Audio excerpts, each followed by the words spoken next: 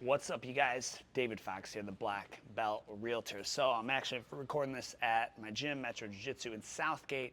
We also have one in Westland, hence the name Black Belt Realtor. I get that every now and then for those who maybe you're watching this on YouTube and you're like, I don't get it. Is he just a really good realtor? So on and so forth. So if you see guys in the background, gals in the background, that's what's happening. I want to make a kind of a long form video about the entire buying process of what it's like to buy a house and kind of what you can expect and going through all of that. On the mats we have a phrase. It's called black belt brain, right? It's things that you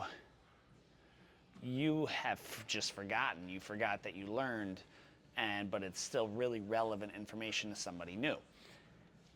And so that's kind of the concept of the motivation for this video. I mean, there's things that I just take for granted. I assume everyone knows what pre-approvals are and debt-to-income ratios and credit scores and how to help credit scores and buyer broker contract. All these things where you're like, I don't know what any of that is. That's kind of I'm going to give you a mid-grade, and we're not going to go super nerdy into diving into each of it because each one of these categories could be quite a long video. But I just want to paint like the roadmap for new buyers who are looking what to do. And then also, I'm going to give my 2 cents based on real world experience, both as a homeowner, the journey I went through going through this, and then a real estate investor back when I did some flips in the Downriver, Michigan area, and kind of what that looks like, and especially like even getting approval. It's a kind of a tricky thing to get pre-approval for as a business owner. So, and we can kind of go into that a little bit as well. So first things first, if you decide you want to buy a home, maybe you're renting, maybe you're living with your parents, and maybe you're about to get married, whatever it is, and you're like, okay, I think I want to own a home. And this is just the process, right? This is not the mindset necessarily, though I will address a few mindset things. The process before, unless you're going to pay for a home cash money, or unless you're going to shell out every dollar for the home plus closing costs, you are going to need a loan from the bank. A loan from the bank for real estate is known as a mortgage. And so that mortgage number is made up of the following. It's made up of the principal on the loan, meaning the actual amount that you're paying down, the interest. The interest is the money they're charging you for the privilege it's the fee they charge you for the privilege of using their money. Why would I let you tie up my money for free, right? So that's kind of the banks, and that's how they make their money. It's also the real estate property taxes are rolled into this payment, and also the homeowner's insurance as well rolled in. So there's these 4 things that are kind of tied up until what's known as your mortgage payment. Now, you know what? I'm going to keep it simple. I was going to go a little bit into an alternative, maybe land contract option, but I'm not going to get that deep into the weeds this early in the video. To get a loan from a bank, right? You need, before you can even go shopping for a house, right? A lot of people, they're playing around on Zillow or Realtor, and they're like, hey, oh sweet, this is a house. I wonder, let me go check it out. Well, you have no business going to look at that house if you don't have a pre-approval. Like, you're just wasting everyone's time. You're wasting the realtor's time. You're wasting the listing agent's time. And honestly, you're kind of wasting your time. You're welcome to go to open houses. Open houses, you can get an idea of what these homes look like. But like what are we doing here, right? Like, if you have $0, if you have you're in no position to buy a car, you don't really necessarily go to the dealership lot to cruise. I guess you suppose you could, but it's a little bit different in real estate, right? Used car lot, like they're open for business. They're used to the public walking in. People's homes, you can't just kind of walk in, and it's a little bit invasive, a little bit. So you need a pre-approval letter, and you do that like if you go and you get it with a mortgage officer. And you say, hey, I want a pre-approval. And just a heads up, if you Google pre-approval for mortgage, it's going to be tons of sponsored ads, and you may fill out one, and then you will be retargeted relentlessly. And everything to do with real estate, your shit gets sold, and it just gets retargeted. I'm sorry, that's the way it is. I know when I got my real estate license, I'm getting hit on text messages and emails and things from like, hey, we have health insurance just for realtors. I'm like, I've had health insurance for you. Like, I'm fine, guys, I'm fine. So just kind of be prepared for that. I don't know if that's something you can set in the cookies or whatever, but you'll figure it out. So when you go and say, hey, I want to get pre-approved, the bank's going to be looking for the following. Number one, reportable income, showable income. Now, what do you mean? Like, how is that different from income? Well, if you work for Uncle Joey and he's paying you cash because, it's better this way, you make more. Yeah, you make more. It's highly illegal, but you do make more. You net more. You risk going to jail and, fines on top of that. So sure, to me, that's it goes against my moral code, my ethics, my beliefs, but also that's a lot of exposure, man. Like, I don't have any business trying to have a risk going to jail or prison over tax evasion, right? So you need to show income. And this is where I was saying, as a business owner, it gets tricky, because in businesses you can expense a lot of things, right? So you can expense car payments, you can expense cell phone, you can expense internet, you can expense meals and entertainment, you can expense travel, you can expense health insurance, you can expense, what else can we expense? Streaming services, I think I said internet, like all these things, so that reduces your taxable income. That's a legal way of avoiding taxes. Super legal, right? Done it since 2008. So super legal. I mean, the IRS, I've been audited by the IRS, by the state of Michigan. They're not even gonna question it, right? They say, hey, what's this? Oh, it's meals and entertainment. Okay, next line item, right? Like, so. But the problem is, like, when you show a taxable income as a business owner, there were several years I would show like $20,000 in income. Cool, you saved money on taxes, but try and go get and we faced this when I bought my first house in South Lyon. Try and get a loan showing $20,000 in income. I mean, like, think about it. Would you loan somebody $300,000 if they could only show 20 grand? I mean, would you? I don't know if I would necessarily. I would need to see a lot more than that. So they're going to want to see income, and they're going to want to make sure you have a good credit score. A credit history means your reliability to pay this back, your reliability to actually pay this loan back. And so this could be something as there's a couple. The whole credit game and how your credit score is even calculated is wild. Some could say it's a little scandalous, but I'm not here to debate that. So this goes into, do you even have lines of credit? Line of credit could be a DTE bill showing that you've consistently paid that. Unfortunately, this is crazy, but if you're paying rent right now, they're not going to look at that. It's things that report to credit agencies. And so a car payment, if you have a car payment, that's good because it's credit, right? So DTE, credit card payments, you're paying that reliably, ideally. So this is where, like, being financially savvy, if you have no debt, if you have no credit card payment, you can kind of be stuck, right? Because you can have no history. And so they're like, that's a wild card. It's kind of like if I give you a mystery box and you say, hey, this could be a really good buyer and they could be really good at paying their stuff on time, or this could be really bad. So that's kind of how the banks look at that. And they need to do these things, right? And then also your debt to income ratio. So let's say you've got 50 grand, you're making 50 grand a year, and you have $3,000 in necessary, what they call debts. Debts are not like groceries and things. Debts are car payments, student loan payments, credit card payments. Then you can't afford a house, right? You can't afford a house. And all of these, and it can seem like a stressful process to do this, but it has good roots, it has good intentions, right? Because if you take it back to, if you've ever seen The Big Short, does a good job of explaining this. It goes back to they need to make sure they're loaning people money in good faith that they can pay it back. Like you can't.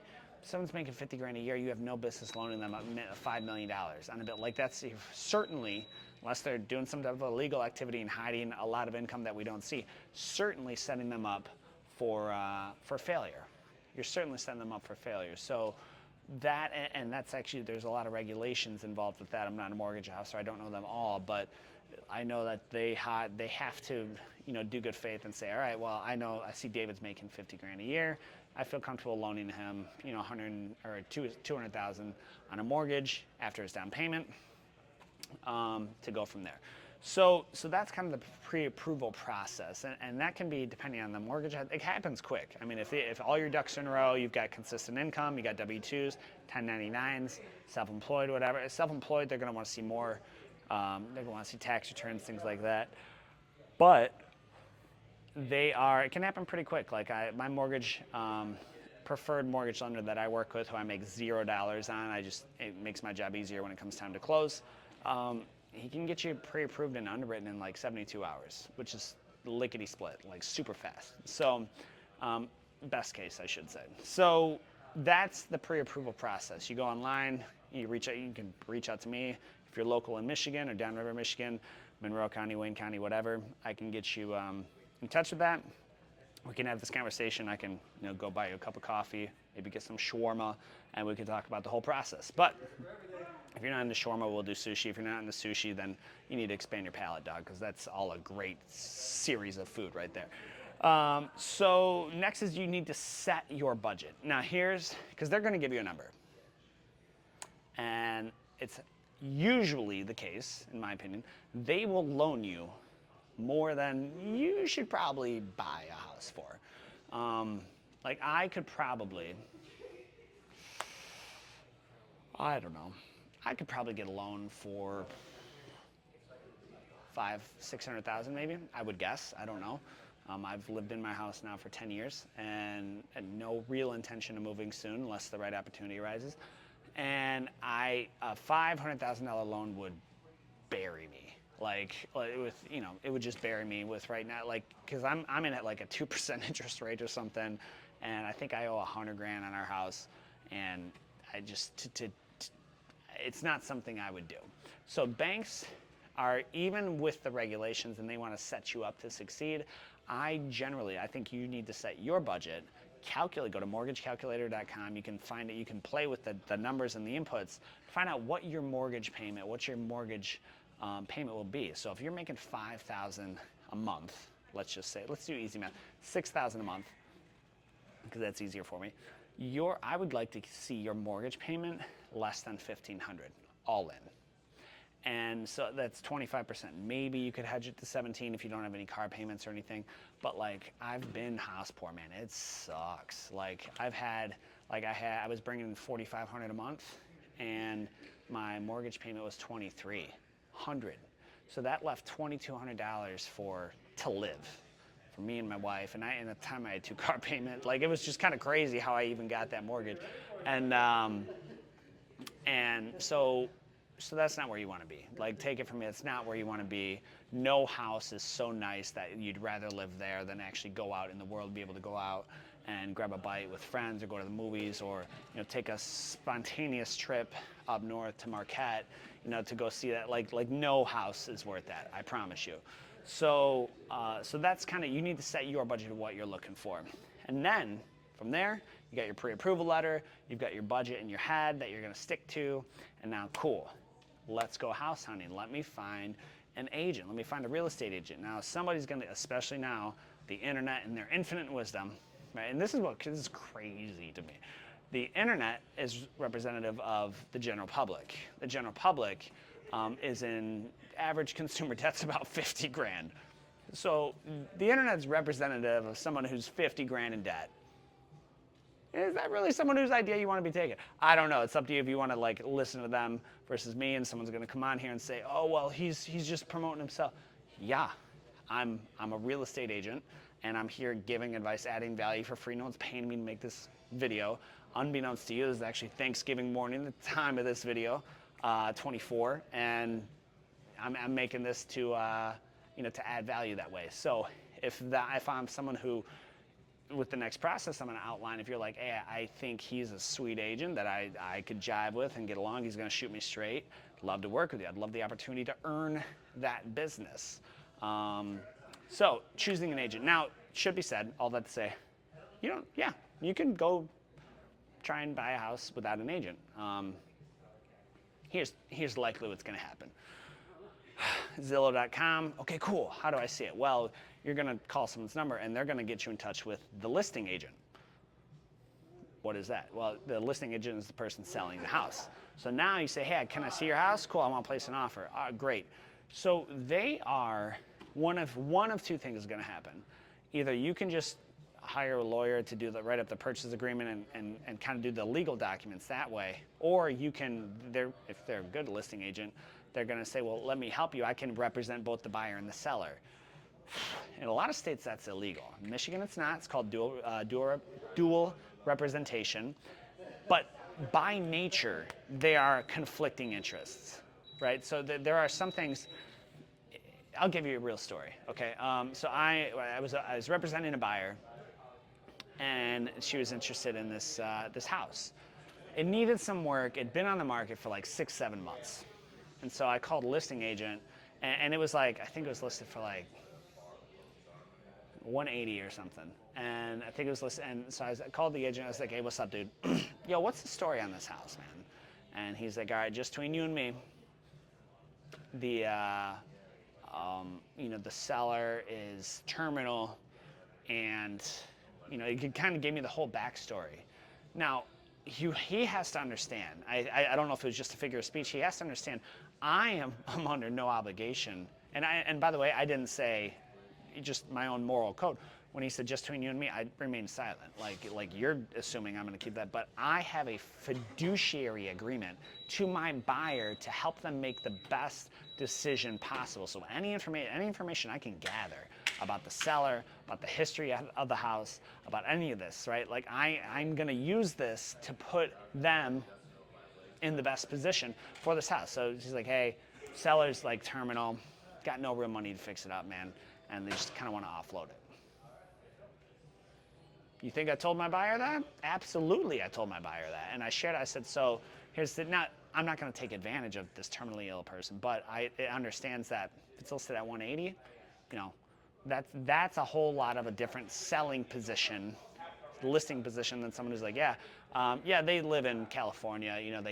They visit wineries in their spare time, and they tour Paris for holiday, right? Like that, they don't really need the money. So you can be a little bit more aggressive with your offer. Okay, not take advantage, but more aggressive. So the buyer has a fiduciary agreement. Buying agent has a fiduciary agreement to represent the buyer. The listing agent has a fiduciary agreement, and a fiduciary, by the way, is a legal agreement. Like I cannot do shit that's in my best interest and against my client. So that will get me put sued and or in jail, right? I have to try to make it a habit to stay out of jail. General rule, general guideline, right? So that is that's what's going to happen. So now dual representation, though, by representing the buyer and the seller, in Michigan, it's legal, but you have to literally sign over some of your rights. It's say, listen, I understand David is going to represent both the listing agent and the buyer and the seller, and you're giving up some things. So that if the seller tells me, hey, I'm terminal, whatever, I cannot share that now. Like I'm not going to share that because I can't say anything. Like you guys got to kind of figure it out.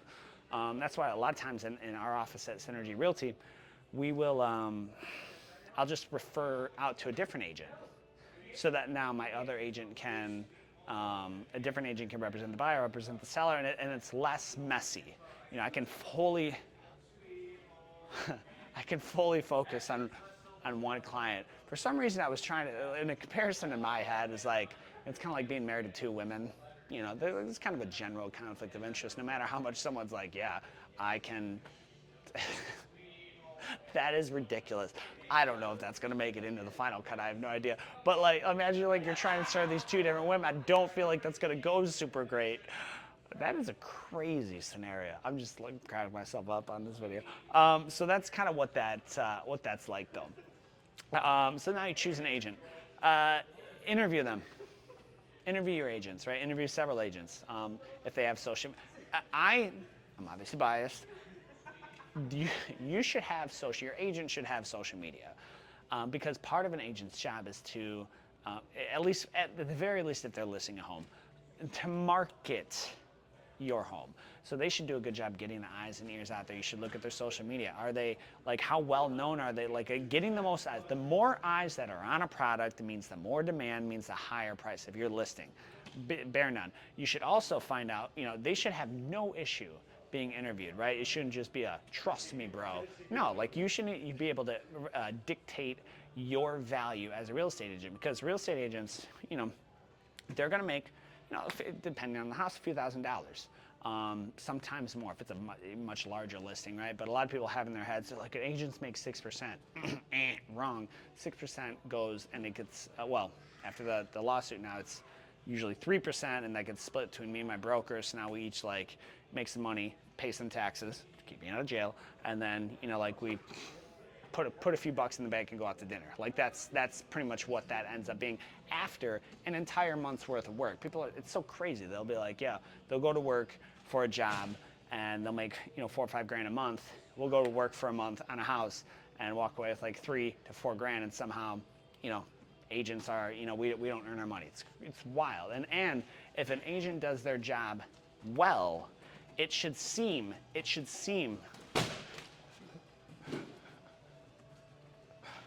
that is a wild background. If an agent does their job well, it should seem like they're not doing anything. And what I mean by that is because they've taken all of that mental load and like taken that off your, they'll update you, right? Like, hey, here's an update on title and appraisal and inspection or whatever. But like, they should do their job that way. So interview them and understand that why you need an agent. It's kind of like going to court without a lawyer. You don't need a lawyer to go to court, but you have representation. 70% of real estate lawsuits involve not unrepresented buyers or sellers, one of them, an unrepresented party. And so now if something goes south, either before the process, time of this recording, a buyer just defaulted on one of my listings, right? He just fell through, couldn't get financing. Well, guess what, dude? Inspection period is over. My seller just gets your earnest money deposit, right? And those can be anywhere from 1 to 3 to 4 to 5 to 10,000, depending on the price of the house. Imagine, I'm hopeful his agent told him that, but imagine like you didn't know that, and now you're gonna be, angry, So you get representation, and so it's an umbrella. That's that fiduciary agreement. Like, we kind of take a lot of responsibility. We go to continuing classes, and it's always like, even if you're trying to, there's a lot of red tape around real estate, because just the history of the country, there was a lot of like scandalous and unethical and immoral activity that would happen there. And so it was, there was discrimination, there was redlining. Here we go. Redlining, right? So imagine someone who says they want to, you want to buy a house and you're a minority group. And how do you know you're not being discriminated against? How do you know that, right? Like, an agent would be able to, and so there's benefit to have that there, to have an agent there. Now, I can't guarantee, like, if they have 4 other offers and, there's Billy, John, Timmy, and Muhammad, who's to say that, and they don't choose Muhammad's? Well, who's to say why they didn't, But that's an example of some stuff that would happen. Like this, things would happen all the time. There was actually deed restrictions on homes. Like they don't apply anymore. But a deed restriction is a condition that stays with the home. So I could theoretically sell a home. Let's say it's my childhood home. And I was like, I'm selling this home, but the deed restriction is this home can only be painted gray, or you're not allowed to paint the brick. That could stand. Is that crazy? That could stand. Well, there were deed restrictions that said this home can only be owned by a white person. It's just, they're 100-year-old homes or whatever. I mean, those deed restrictions don't stand anymore because a deed restriction cannot go against the law. But these are things that good agents would be looking out for, and they're representing and protecting you. In addition to what I'm about to say, they're gonna do the work for you. They're gonna find you listings. They're gonna handle the negotiating.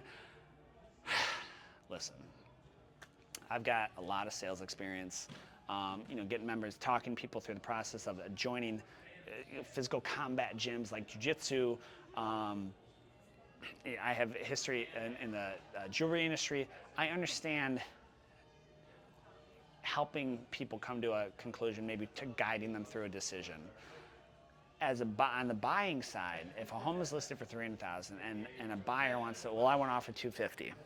Okay, all good negotiations should feel like a win-win. If this home was listed by a real estate agent who did a cost market or a competitive market analysis, they saw what other homes in the area went for. It's right around $300,000, maybe give or take 5%. You're coming in with almost a 20% cut. Why? Why are you discounting this 20? Is there foundation issues? Is there roofing issues? Is there like extensive city repairs? Like what? Why? What is it?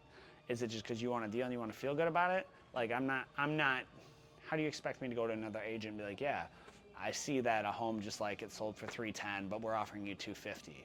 Like they might not even respond to that. So should always go for win-win, and that should go the other way as well. When listings should go for win-win of like, hey, I want this to be beneficial. Both parties should feel like they both got something and gave up a little bit. But ultimately the winning feeling. That's going to be the best transaction, right? So it could be like, all right, I'll give you full asking price, but you see that Kubota tractor? Can we throw that in? Yeah, I can throw that in. Yeah, that's cool. I had to sell it anyway, we'll just throw it in. That's a win-win. You get an extra $8,000-$10,000 tractor. I don't know exactly what they cost. And they got the price that they were asking for. Or I've done this as well. Hey, you know what, man? What if we did, would you entertain a land contract? Maybe I've got a pre-approval from the bank, but what if you did a land contract at 5%? Yeah, I could do that. This guy, David, was selling a house in Trenton about a year ago. Gorgeous house, man, right by the tracks, just east of Fort Street, on like 5 acres, doing a land contract for $450,000, 4.5% interest. The market right now is about 6.5%. So right away, you're saving thousands every year. And he was gonna handle all the back end with like the property tax and stuff. And the only real person at risk in a land contract is the seller, because they need to make sure you get paid throughout the time. And that was an example. He was living his best life in Boca, and he was like, to him, is like passive income. I almost bought that house. Like that's how sick of a deal that was. Just so much acre, I digress. But like those are things that you can entertain. And land contract is where the seller acts like the bank. So also a good agent, benefit of an agent, is they take the time and stress out of it. So imagine having to deal and learn about this. Like I'm giving you the speedy overview of this. We're already almost 30 minutes into this recording. This is the speedy overview. So imagine having to deal with this day in and day out, handling this back and forth, learning, if you're good at your job, like there's an opportunity cost to that, of having to deal with, to doing your job. What if you just focused on what you're proficient at, make money doing that, and let the real estate agents make money doing what they're good at, and you take the time and stress and hassle out of it, and you're protected, and you get the protection with that, and all of that, and the experience of, we have a lot of industry-specific experience, right? So like, case in point, if you're buying and there's multiple buyers, we can make your offer look more attractive, right? We can offer something like an appraisal guarantee. We could offer an escalation. We can offer a higher EMD. We could, there's these things that we just get from years of experience in the industry that benefit you. So you don't have to look into an agent, but there's benefit to it, and it takes stress out of it. I have always used an agent to buy every property and sell every property, and I was happy to do so in the process. So once you've got your pre-approval and you've set your own budget of what you're willing to spend, now you can actually choose an agent, and now you can go house hunt. Once you've house hunted, right, you're gonna do tours, And then once you find the one, and by house hunting, by the way, I would add, there should be a needs list, right? Like I need 3-bedroom, 1 bath, minimum ½ acre, 2-car garage. Don't show me anything without that, or I don't even want to go see anything without that. Okay, cool. And then there's a wants list. Well, I would like a pool, but it's not a deal breaker. I would like granite countertop, it's not a deal breaker. I would like an attached garage, it's not a deal breaker. Keep that in mind so that when you see something that's within budget, you're like, just doesn't have granite countertop. Well, said it wasn't a deal breaker and this one's actually a little bit more competitively priced. Let's make a decision. I would also, people get caught up when they hear thousands of dollars, right? They're like, oh, it's 10 grand this. 10 grand is like 49 bucks a month in a mortgage. So is it like, really, you're gonna throw that away over 49 bucks? I mean, guarantee you have more streaming services and shit that you don't use for 49 bucks. So let's just kind of, let's make a deal here. Let's get something here. Let's get something going. So otherwise you're gonna be spending months. And the way I see real estate is the longer you take to buy a property, the more that market is going to increase. Historically, houses appreciate. I've been working with some clients for over a year, and they have a $300,000 budget, and that $300,000 bought way more last year than it did right now. And they're like, oh, I don't understand. I was like, I fucking do. Like, I do, but you know, it's an emotional decision for buyers, and I get that, right? So this is just something to keep in mind. Once you see it, you have your agent write up an offer. Cool, I'm gonna write it up. And there's gonna be it's always contingent upon a private inspection period, at least with my clients. If you're not willing, if you're gonna cheap out, you don't wanna spend $300 or $400 on a private inspection for a house, then frankly, I don't think we're gonna get along, and we're probably not gonna work together, because guess what happens if and when some shit pops up at that house and you didn't know about it? You're gonna be like, oh, it's my realtor's fault.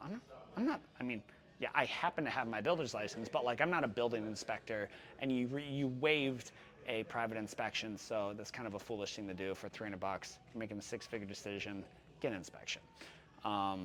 If something pops up you don't like, then you can renegotiate after, which has happened all the time. From there, you provide an earnest money deposit, anywhere from, it's usually about 1% of the sale price, and you say, hey, we're serious about this, let's move forward, and then and sometimes the EMD can come before the inspection, but then the house needs to appraise. This goes back to, the banks are regulated, they can't loan you money on a house that's not worth it. If a house is worth 300 grand, they cannot loan you 600,000 on it. That's kind of like, it's taking advantage of the consumer, and you're putting them in a position to be upside down on a house. So it needs to appraise at that, which again goes back to when agents list it, they list it competitively. After the appraisal, that's pretty much it. I mean, you set closing date and you take over the house. So that is, we were cruising at like 130 miles an hour through the whole buying process, but I wanted to outline that because there's a lot of things, it can be confusing to it. If you have any questions on any category of this, and maybe I'll break down each one a little bit more. If you have any questions on this, throw them in the comments. You can DM me directly. If you're local, if you're in Wayne County, Michigan, our gym, Metro's in Southgate. We got another one opening up in Westland, Canton area. I'm from Monroe, so I'm frequently down there, showing houses, visiting my folks, hunting, whatever. And so you can, we could chat and see if it makes sense to work together, or at the very least, I'll answer some questions. So, guys, I'm David Fox, the Black Belt Realtor. Look forward to working with you and your family.